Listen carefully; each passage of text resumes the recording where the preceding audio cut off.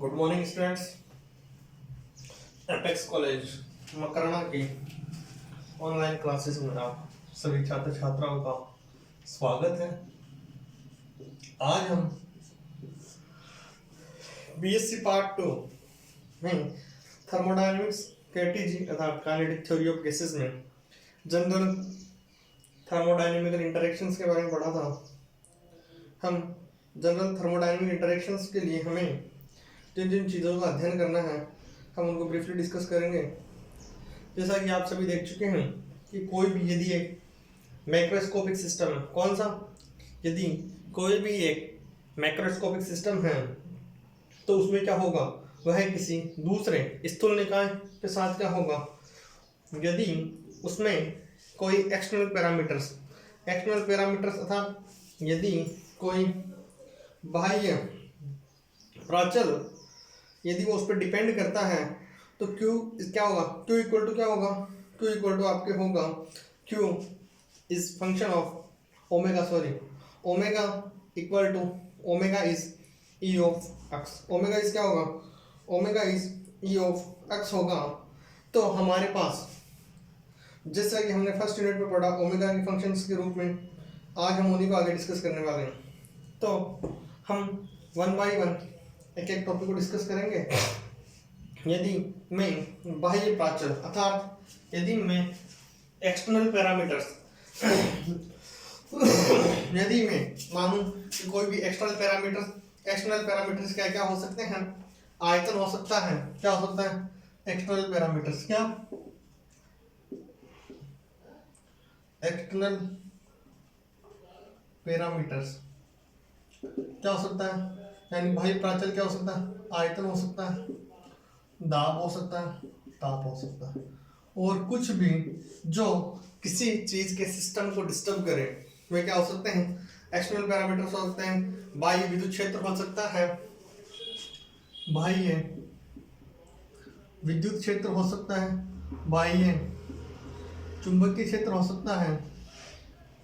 यदि इनकी वजह से क्या होगा, एक Q ओमेगा स्टार फंक्शन होगा ओमेगा एक्स एंड किसी अनदर टाइम पैरामीटर वह एनर्जी, और यदि E star is a function of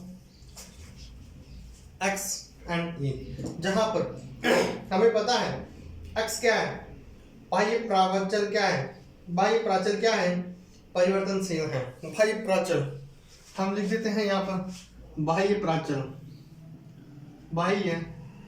प्राचल अक्ष क्या है, परिवर्तनशील। कैसा है, हमें पहले छोटी छोटी चीजों को समझना है, उसके बाद हम बहुत जल्दी स्पीड से पढ़ना शुरू करेंगे। लेकिन जब छोटी छोटी चीजें हमें समझ में आना शुरू हो जाएगी कि अक्ष कैसा है, अक्ष क्या है, कोई भी बाह्य प्राचल है, यदि मैं E तथा E प्लस डेल E क्या है, E प्लस डेल E कोई भी, यदि ये E क्या है, energy, E plus del E क्या है, एक एनर्जी की रेंज है। हम जो चेंजेस देखेंगे वह कहाँ से कहाँ देखेंगे, E से E प्लस डेल E के मध्य यदि चेंजेस देखते हैं तो हमें पता है कि ऊर्जा स्तरों की संख्या केवल E पर निर्भर करती है। किस पर, E पर। ऊर्जा स्तरों की संख्या केवल E पर निर्भर करती है, बल्कि जो भी ऊर्जा स्तर है, ऊर्जा स्तर मतलब एनर्जी लेवल्स है, वह E पर तो निर्भर करेगी, उसके साथ अक्ष पर भी निर्भर करेगी। यदि आप पूछें कि ऊर्जा स्तरों की संख्या किस किस पर डिपेंड है, ऊर्जा स्तरों की संख्या E तथा अक्ष दोनों पर ही निर्भर करेगी। किस पर, E क्या है, एनर्जी, अक्ष क्या है, एक्सटर्नल पैरामीटर्स। यदि इन दोनों पर निर्भर करती है तो हम लिख सकते हैं omega is function of omega E of x.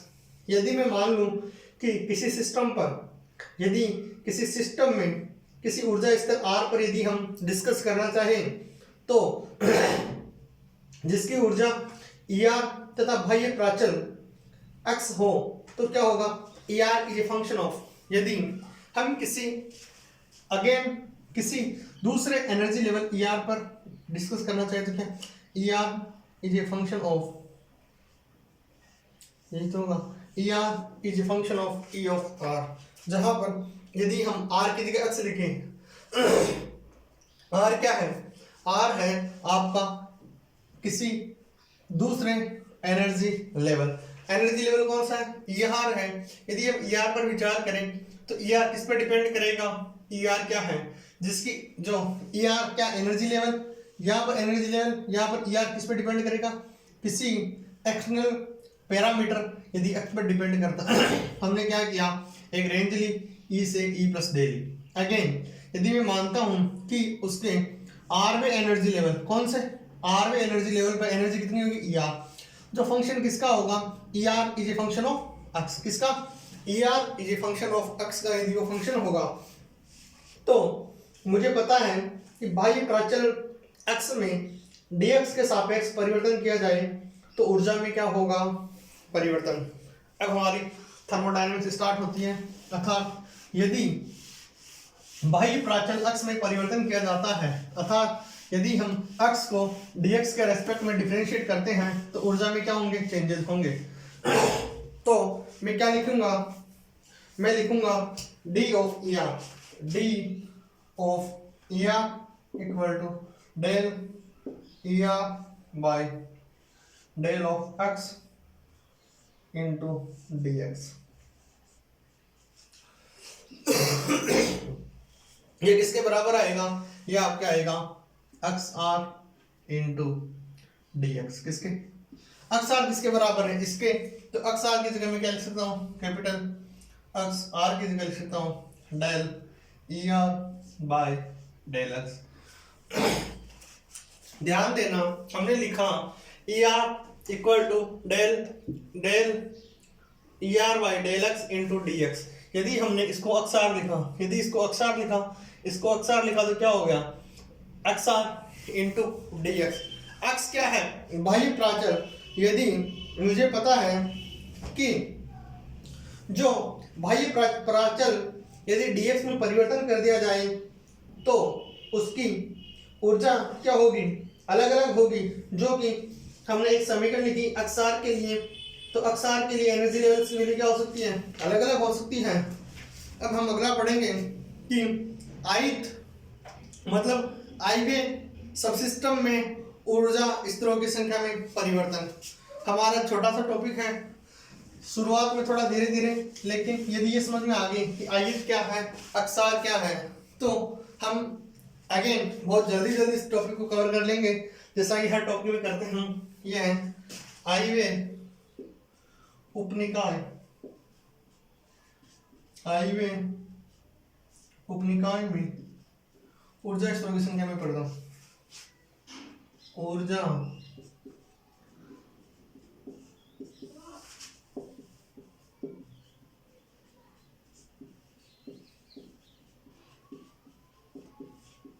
मतलब ith सब सिस्टम की एनर्जी लेवल्स में जो भी परिवर्तन आएगा, यदि हम उनको निकालना चाहें, जैसा कि हमें पता है अक्सार में परिवर्तन के लिए अक्सार क्या था, अभी हमने निकाला था, अक्सार की वैल्यू आई थी हमारे पास del E R by del X. यदि मैं अक्सार में परिवर्तन निकालने के लिए हम क्या मानेंगे कि अक्सार के जो भी पॉसिबल वैल्यूज होगी, कहां से कहां तक, यदि अक्सार I equal to 1 to del अक्साई इक्वल टू अक्सार, मतलब किसके लिए अक्सार की वैल्यू क्या निकाली हमने, अभी निकाली del E I by del X, del E R by del X निकाली थी। यदि मैं अक्सार को अगेन लिखना चाहूं, जहां पर अक्सार की वैल्यू क्या होगी, अक्सार की वैल्यू हमने निकाली del E R by del X, ठीक है। अब हम मानते हैं कि एक्स तथा X plus del X, X तथा एक्स प्लस डेल एक्स, यदि हम ऊर्जा स्तरों के मध्य संख्या निकालना चाहें, जो किसका फंक्शन होगा, हमें पता है, जैसे हमने लिखा था omega I is a function of X and E. Omega is a function of X and E है, तो उसमें जो ऊर्जा स्तरों में संबंध होगा यह होगा, क्योंकि हमें पता है कि एक्सआई क्या है, जो हमने एक्सआई लिखा था, एक्सआई क्या है, एक एनर्जी लेवल है, एनर्जी लेवल्स में क्या होते हैं, ये कैसा है, ऑलवेज पॉजिटिव है। जो अक्साई है वो क्या है, एक पॉजिटिव है। तो सभी ऊर्जा स्तर जिनकी ऊर्जाएं एक तो होगी E, दूसरी क्या होगी E minus del X EI, मतलब जो एनर्जीज होगी वह किस किस के रेंज में होगी, एक तो E होगा, एक दूसरा E minus del X into EI होगा। यह इसके रेंज हैं। इस रेंज के हमें पता है अक्साई क्या है, घनात्मक चीज है।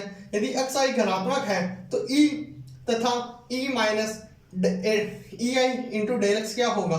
यह जो हम एनर्जी रेंज निकालेंगे वह इन दोनों के बीच में निकालेंगे। अब हम देखते हैं कि ऊर्जा बढ़कर क्या होगी। जैसे ये हमने ये देखा, पहले ऊर्जा ये थी, अब क्या हो गया E, दूसरा क्या था E plus del X of EI। पहले ऊर्जा ये थी, अब पहले ऊर्जा ये थी, फिर E हुई, फिर अब क्या होगी E plus EI into del x.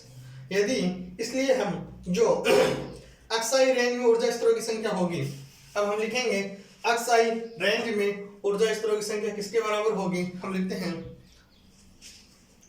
Aksai range में ऊर्जा स्तरों की संख्या, अक्साई रेंज में अक्साई इंटू DX, रेंज में ऊर्जा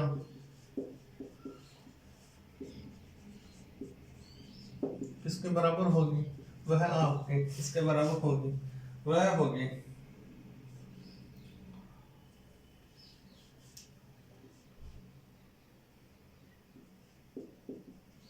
एक फंक्शन है E का किसके बराबर होगा, omega I is a function of E and X by del E into xi DX।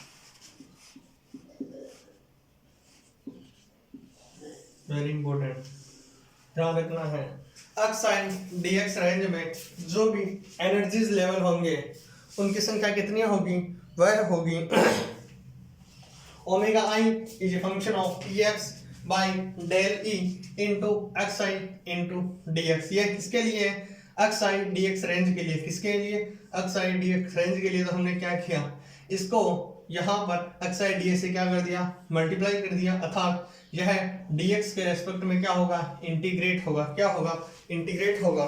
तो हम देखते हैं कि जो भी, यदि हमें पता है कि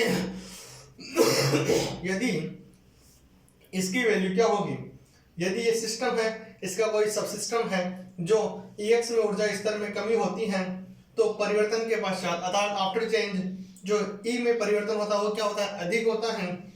यदि xi नेगेटिव है, यदि xi नेगेटिव है तो भी ये इक्वेशन सेम रहेगी। पहले हमने पॉजिटिव के लिए लिखा, अभी नेगेटिव के लिए भी क्या रहेगी, सेम। अब हम दूसरा देख रहे हैं, E तथा डेल E के मध्य, E तथा डेल E के मध्य जो भी परिवर्तन होंगे वह किसके बराबर होंगे, वह बराबर होंगे आपके, सीधा सा आपको एक थोड़ा सा रिलेशन है वह आपको याद ही रखना है, अर्थात E प्लस डेल E के मध्य, E प्लस डेल E। देखो मैं एक चीज आपको वापस बता देता हूँ, ये तो है E एनर्जी लेवल, ये लो एक है ये E प्लस डेल E, मतलब यहाँ से यहाँ के बीच में एनर्जी में चेंज कितना हुआ, डेल E। तो इसके रेंज के बीच में जो एनर्जी लेवल्स हैं हम ये निकालें, ये E है, E तथा E plus del E, E तथा E प्लस डेल E के मध्य जो भी एनर्जी लेवल्स में क्या आएंगे, संख्या में परिवर्तन आएगा, वह किसके बराबर आएगा, वह बराबर आएगा आपके XR into DX equal to del ER bar by del X into DX। हमें पता है ER by del X, ER by del X into DX किसके बराबर होता है, यह चेंज इन वर्क डन के बराबर होता है। किसके बराबर होगा, डेल W के। याद रख लेना XR DX इन DX इंटू इक्वल टू किसके बराबर होगा, यह होगा आपकी XR किसके बराबर होता है, del E R by del X, ये हम शुरू में पढ़ चुके हैं। यदि इसको मैं मल्टीप्लाई कर दूं dx से तो ये क्या आएगा, चेंज इन वर्क डन के बराबर आएगा। इंपॉर्टेंट रिलेशन है, अर्थात यदि हम लिख लें X R dx equal to क्या हो, किसके बराबर होगा, del E R by del X into D X. ये किसके बराबर होगा, टोटल डेल डब्ल्यू के बराबर होगा। किसके, डेल डब्ल्यू के बराबर, मतलब चेंज इन वर्क डन के बराबर आएगा। यदि हम देखें कि अक्स में क्या करें, क्वासी स्टैटिक बता देता हूँ। क्वासी स्टैटिक का मतलब है जैसे कि हम किसी स्टेट 1 टू स्टेट 2 पे जाते हैं। यदि हम स्टेट 1 से स्टेट 2 पे जाते हैं बहुत धीरे धीरे, किसे, वेरी स्लोली, कैसे, यदि वेरी स्लोली जाते हैं तो जो चेंजेस हैं वह बहुत कम दिखाई देते हैं। कैसे चेंजेस कैसे दिखाई देते हैं, बहुत कम दिखाई देते हैं। चेंजेस कैसे दिखाई देते हैं, बहुत कम दिखाई देते हैं। हम अगला छोटा सा टॉपिक है, जो भी एक्स बार क्या है, एक्स बार के जो हमारे पास है वह है कि एक्स बार वह है उन सभी अभिगम्य ऊर्जा स्तरों का माध्यमान है। यह क्या है, ऊर्जा स्तरों का क्या है, माध्यमान है। तो हम physical significance of X bar निकालेंगे। क्या, physical significance of X bar. यदि हम physical significance of X bar निकालते हैं, हम physical significance of X bar निकालेंगे। क्या, physical significance of X bar. X bar की फिजिकल सिग्निफिकेंस क्या है, सबसे पहले तो मैं बता दूं कि X bar physical significance of X bar, physical significance of X bar अर्थात भौतिक महत्व एक्स बार का क्या होगा।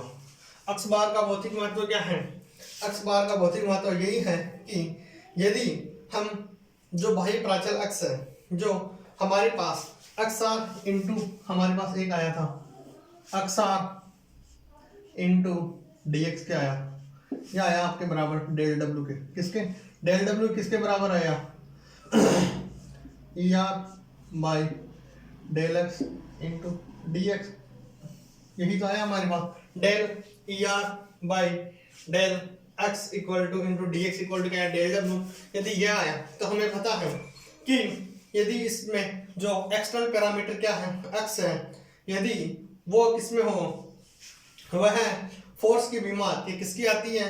यदि हम एनर्जी में, यदि मैं समय का भाग दे दूं, W इक्वल टू क्या होता है, W इक्वल टू होता है F डॉट डी एस। क्या, F डॉट डी आर, या W इक्वल टू लिख सकते हो F D R cos theta. F D R cos theta 1 मान लें। यदि मैं एनर्जी में डी आर को डिवाइड कर दूं, यदि मैं एनर्जी में डी आर को डिवाइड कर दूं तो किसका वैल्यू आएगी, फोर्स की। किसकी, फोर्स के। देखा हमने, यदि मैं वर्क डन या एनर्जी में डी आर से डिवाइड कर दूं अर्थात बाह्य प्राचल एक्स से डिवाइड कर दूं तो हमारे पास किसकी विमा आएगी, एक्स की। अर्थात सामान्यतः एक्स बार की विमा कुछ भी हो सकती है, लेकिन एक्स बार को निकाय पर माध्य व्यापीकृत बल कहते हैं। एक्स बार को क्या कहते हैं, मीन जनरलाइज्ड फोर्स। एक्स बार को क्या कहेंगे, एक्स बार को कहेंगे मीन जनरलाइज्ड फोर्स। क्या कहेंगे, माध्य व्यापक बल। क्या कहेंगे, आपको पूछ सकते हैं एक्स बार को क्या कर सकते हैं, एक्स बार क्या होगा, मध्य व्यापक औसत या माध्य व्यापीकृत बल। हमें पता है कि यदि जो बाह्य प्राचल आयतन हो, क्या हो, आयतन, तो क्या होगा, एक्स बार की विमा किसके बराबर आएगी, दाब के बराबर। यदि बाह्य प्राचल की जगह यदि हम डेल डब्ल्यू है, डेल डब्ल्यू किसके बराबर आएगा, x bar into D x. हमें जो पी डीवी किसके बराबर आता है, डब्ल्यू इक्वल टू क्या होता है, डब्ल्यू इक्वल टू क्या होता है, पी डीवी। यदि बाह्य प्राचल वॉल्यूम हो, बाह्य प्राचल क्या हो, यदि वॉल्यूम हो, यदि मैं इसको वॉल्यूम मान लूं तो क्या होगा, पी डीवी। यदि मैं इसको एक्सटर्नल पैरामीटर एक्स मान लूं, क्या मानूं, एक्सटर्नल पैरामीटर एक्स मान लूं तो किसकी विमा आएगी, प्रेशर की। किसकी, प्रेशर अर्थात दाब की विमा आएगी। अर्थात हमने देखा कि जहां P क्या है, निकाय द्वारा लगाया क्या गया है, औसत बल है। ठीक है, यदि हम एनर्जी लेवल में यदि हम एनर्जी लेवल की संख्या में परिवर्तन देखना चाहें, बाह्य प्राचल मतलब कोई सा भी, यदि हम dx में चेंजेस देखते हैं, dx में चेंजेस की वजह से जो भी हमारे बाह्य परिवर्तन आते हैं, तो यदि हम वो देखना चाहेंगे तो हमें पता है कि अभी हमने देखा कि जो हमारे x बार है वह यहाँ पर बल की विमा आ रहा था। यदि हमने बाह्य पैरामीटर को आयतन माना, क्या माना? आयतन माना। यदि बाह्य पैरामीटर को आयतन मान लिया जाए तो जो विमा किसकी आएगी? दाब की आएगी। हम नेक्स्ट क्लास में जो भी एनर्जी लेवल्स है उनमें परिवर्तन देखेंगे यदि हम dx में परिवर्तन कर दे तो। मैं आप सभी छात्र छात्राओं का अगेन एपेक्स कॉलेज मखना परिवार की तरफ से बहुत बहुत आभार ज्ञापित करता हूँ and again thank you so much.